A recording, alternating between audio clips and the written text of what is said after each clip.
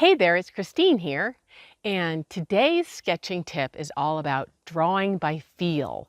Now, what do I mean by that? That sounds really intimidating. Well, I want to encourage you to try to draw an object that you're not looking at. So what you can do then is you will take some sort of natural object that can fit in some sort of a bag.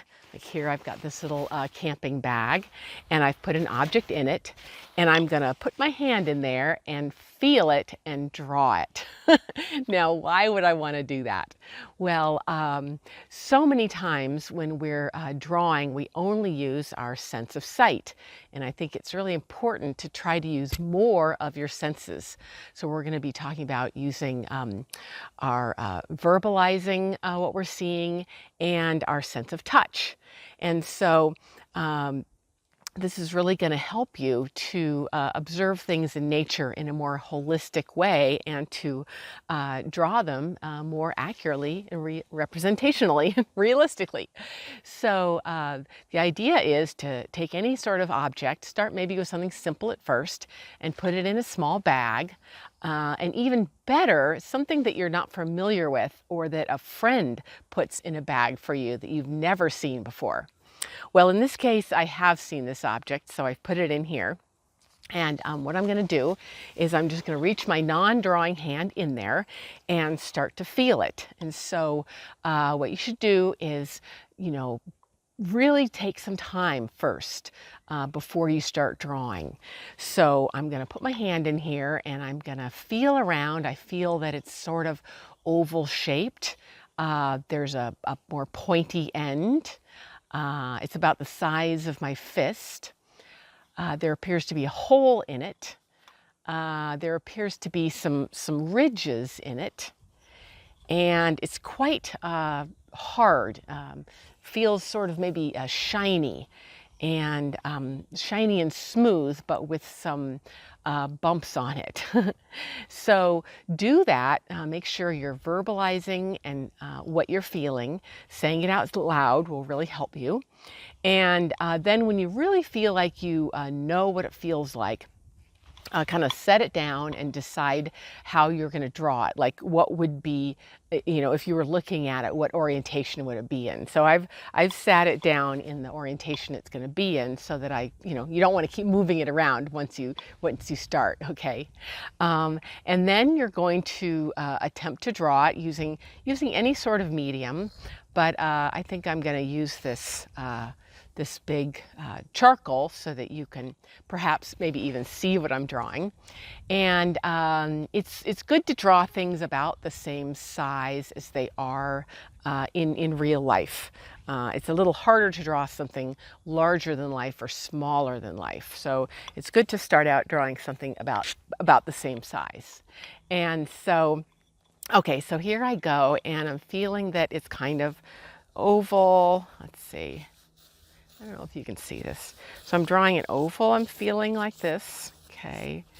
And then there seems to be like a ridge in here with maybe a hole or something.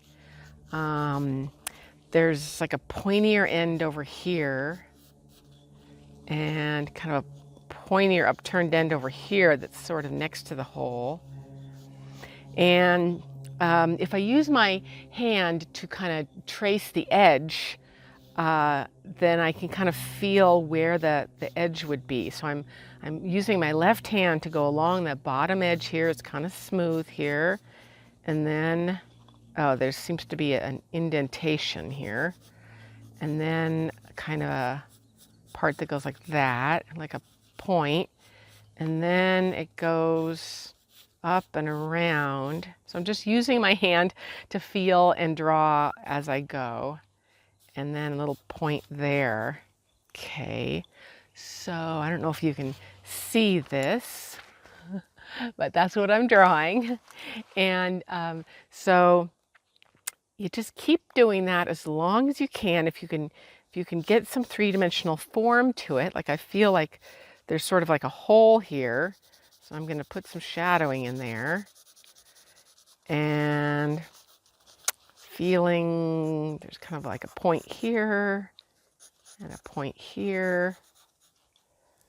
and around again, just going around the edges again, just like I did before, but just a little bit better. Okay. And you can see it's starting to come to shape. So it feels like there's kind of two parts. This area that sort of has a flange with sort of a hole maybe. And then this other rounder part that feels like it has some ridge, some spirally like ridges or something. Let's see. Okay. Okay. Well, let's see. Let's see if you can guess what this might be. Okay, well, let's see what we have here.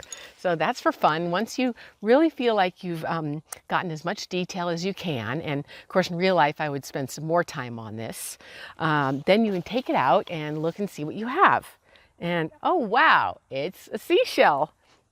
So I've never drawn the seashell before, I promise. So this is kind of it there. And I did draw it larger than life, it looks like, but kind of got the idea pretty closely, didn't I? So anyway, drawing something that's hidden from you, again, is really great practice for honing your skills, using more than just your sense of sight, which most of us use when we're drawing. So verbalizing what you're seeing will help you to remember it and draw it more accurately, as well as feeling the shape and the size and the texture of something. Now, make sure you're not feeling something like a poison oak leaf or a sea urchin. Use common sense.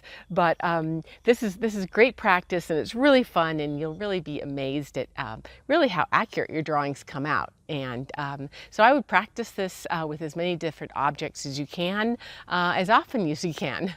Okay, well, it looks like some other people are coming here to picnic, so I'll cut this short now. Okay, take care. Bye.